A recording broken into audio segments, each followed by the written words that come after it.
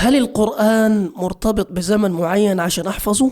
لازم يكون بالنسبة لك نقطة تحول في حفظ القرآن الكريم. يا ريت كده تختم ختمة وتجيلي صدفة كده تقول لي أنا ختمت. صيف 2025 لازم يكون بالنسبة لك نقطة تحول في حفظ القرآن الكريم. نعمل ايه؟ هنجيب ورقة وقلم ونكتب كل حاجة هنتعلمها السنة دي، بداية من حفظ القرآن، حفظ الأربعون النووية. لازم نبدأ، خلاص الصيف ده هنبدأ. وطبعا عشان تبقى عارف القرآن مش متعلق بزمن عشان تحفظه، تبدأ تحفظ القرآن على طول، ما تستناش حد يقول لك. المصحف لازم تقرأ فيه، على الأقل تحفظ جزء.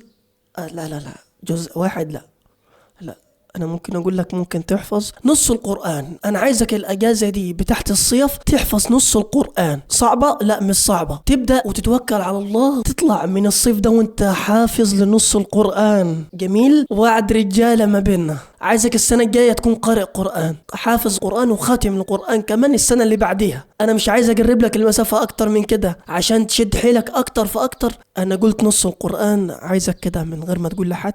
يا ريت كده تختم ختمة وتجيلي صدفة كده تقول لي أنا ختمت. هل القرآن مرتبط بزمن معين عشان أحفظه؟ القرآن مش مرتبط بأي زمن معين علشان أحفظه. القرآن في أي وقت ممكن أحفظه، لكن الفرق بين حفظك للقرآن وحفظك لأي كتاب أو أي متن أو أي حديث في كتاب تاني، إن القرآن بيكون توفيق من عند الله، وأي علم في الأول والآخر بيكون توفيق من عند الله. اجتهد وشد حيلك، تجيلي السنة الجاية إن شاء الله الصيف اللي زي كده تكون ختمت نص القرآن، والنص التاني تشد حيلك فيه حتى تختم. وقبل ما اسيبك في حاجة أحب أكدها عليك، ودي طبعا من أهم النصايح اللي ممكن حد يقولها لك، وهي إنك تجيب ورقة وقلم وتكتب.